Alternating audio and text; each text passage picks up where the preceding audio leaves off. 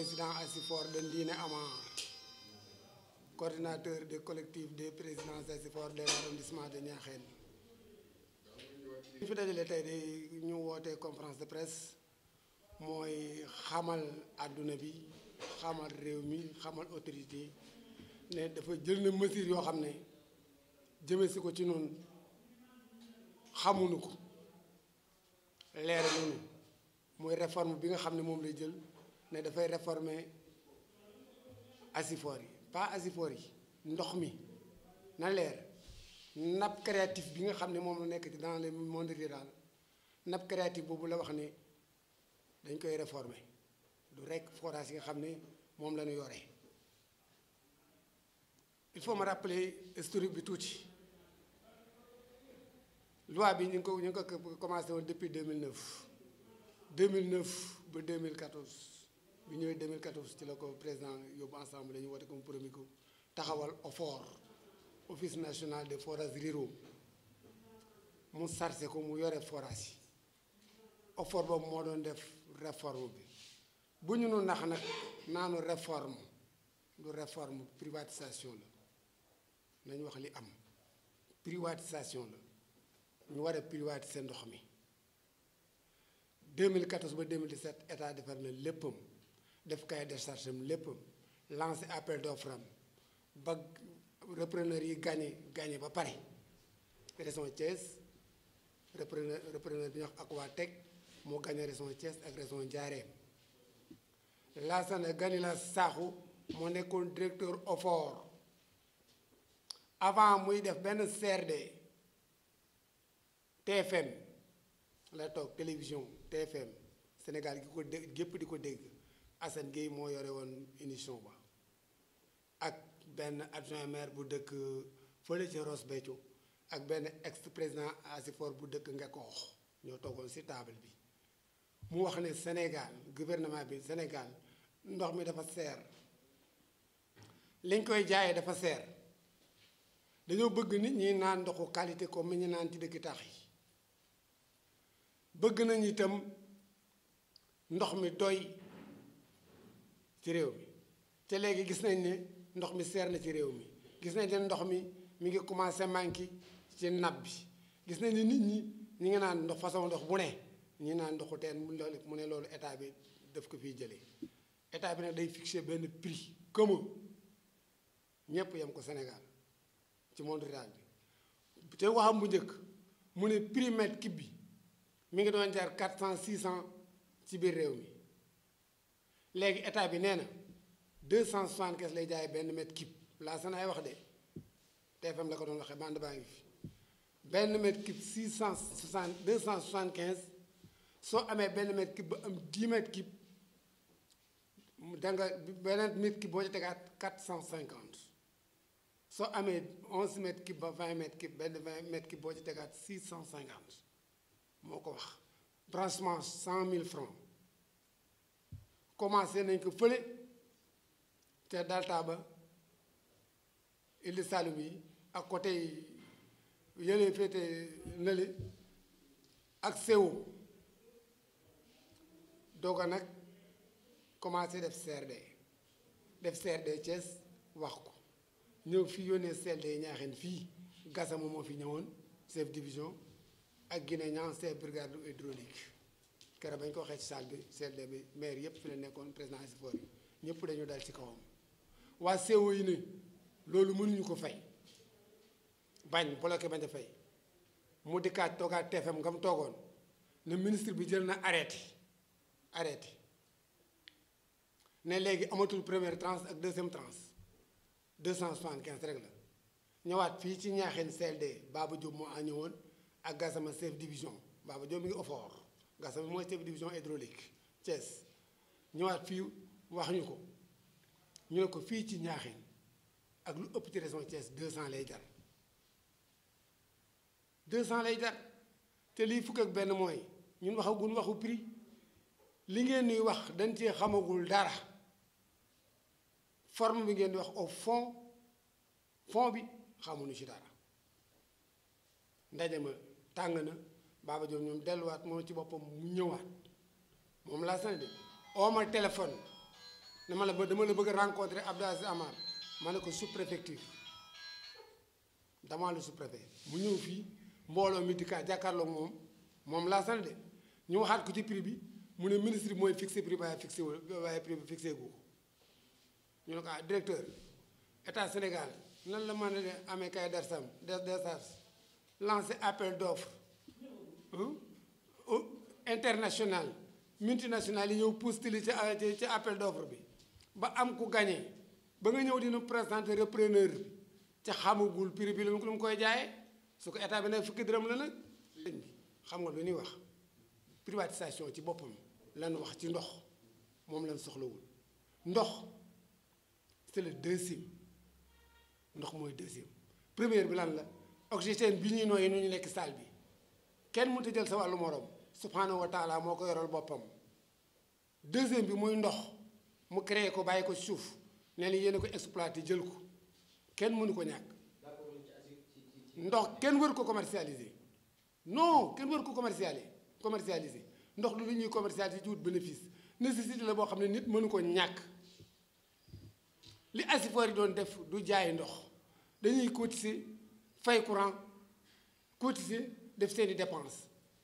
courant boobu état bi dimbaliwul asifor yi dara barème bi nga xam ne moom lay facturer ICS moom lay facturer Dangote moom lay facturer Sococim moom lay facturer forage bi nekk ci àll bi man 2,8 millions lay fay compteur courant lay fay courant facture su ma collecté parce que presque du ma ko matal te bokk naa ci forage yi gën a taxaw ci Sénégal ak lan taxe TVA 10%, taxe communale redevance 1% boo dee verse banque timbre difficulté yooyu la président Asifor yi jànkoonteel waroon mars tey waaye bala ñu àgg ci mars bi dañu wax dëgg-dëgg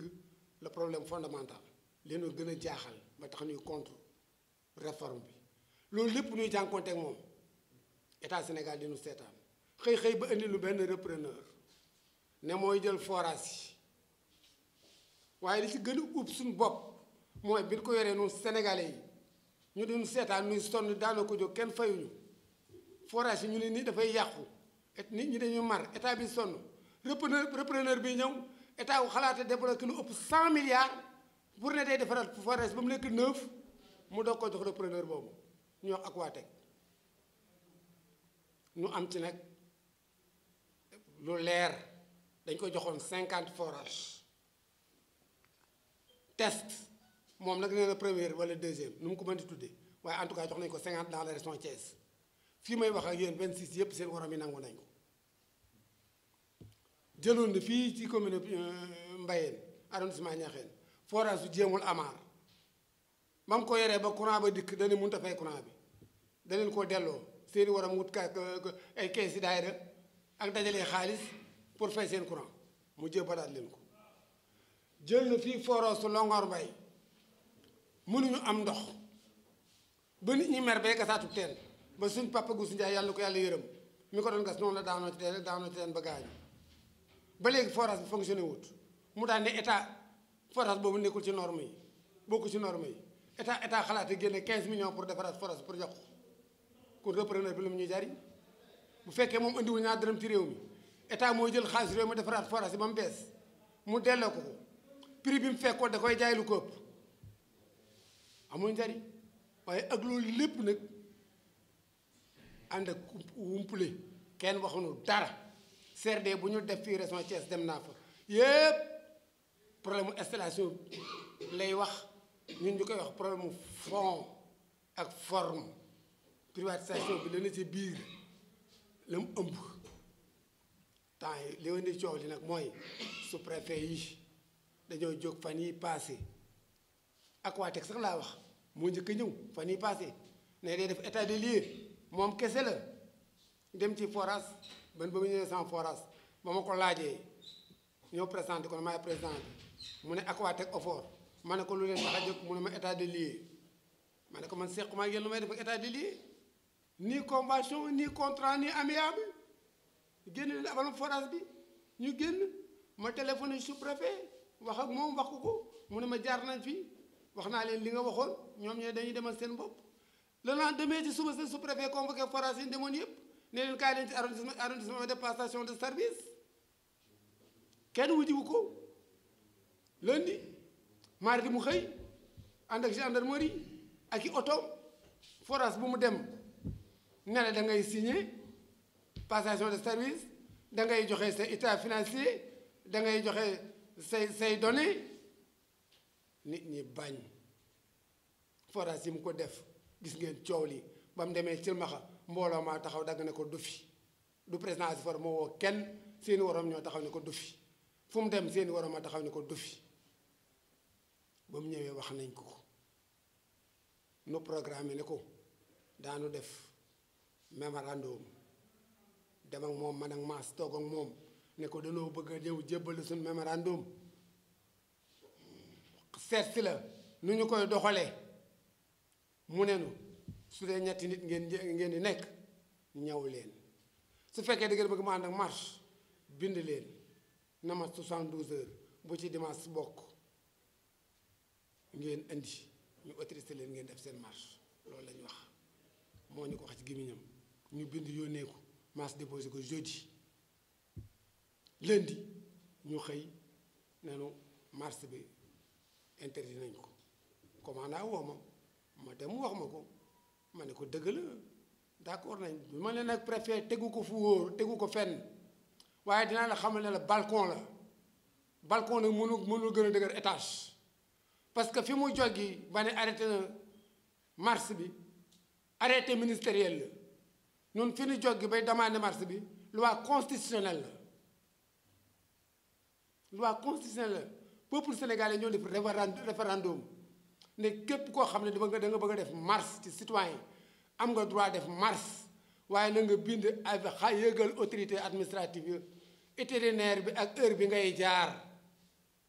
du sax demande buñ koy ñaan waaye nag comme que nee ngeen Covid 19 bi la te Covid 19 bi ñun ñëpp xam nañ ko ay citoyen lañu ay responsable lañu ay kilifa lañu daanu wax daan la xamal ne la bu subaa boo demee Ñaaxeen doo fa gis kenn. waaw arrondissement Ñaaxeen forage fi nekk yéen nekk yëpp macha allah jaar na yoon ndox mi doy na sëg ñeent fukki dërëm lañ koy jaayee bari na xam na bari parce que am na fort bu réussir li fukk ak benn mooy état nungu ba léegi nungu nu leeral li mu signé teg ak Aquatech moom waxuñu dara amul benn planning boo xam ne moom lay wax ne moom la war a bëgg a liggéeyee amut xanaa topp ci ginnaaw état rek ñu naan jox leen ko te li di joxe xamuñu mooy lan. yokku na parce que nee na 250 lay commencé ñu ngi fay 200 te arrondissement Niakhène yëpp 200 la ñuy fay. du Aquatech rek réforme bi ci boppam Aquatech dafa gagné région Thiès ak Ndiarème am yeneen privé yu gagné yeneen région mais un peu partout dans le territoire national réforme bi la ñuy contesté xoolal ñun dañu am waxagun sax waxu Aquatech état bi na leer loolu ñun waxagun waxi Aquatech waxu réforme bi au fond parce que nag Aquatech na ma leeral leen ci tuuti société bu nekk ca Canada war a postuler Sénégal fii ci appel d'offre ñu ne ak mu ne bala muy ñëw Sénégal faaw mu am ay Sénégalais yu ci am na Sénégalais yu ci bokk mais Sénégalais yi nu ñu def dañoo dem Tunisie jël fa société buy def wàllu ndox ànd ak moom lëkkaloo moom ak Aquatech ñu nekk benn société pour gagner marché bi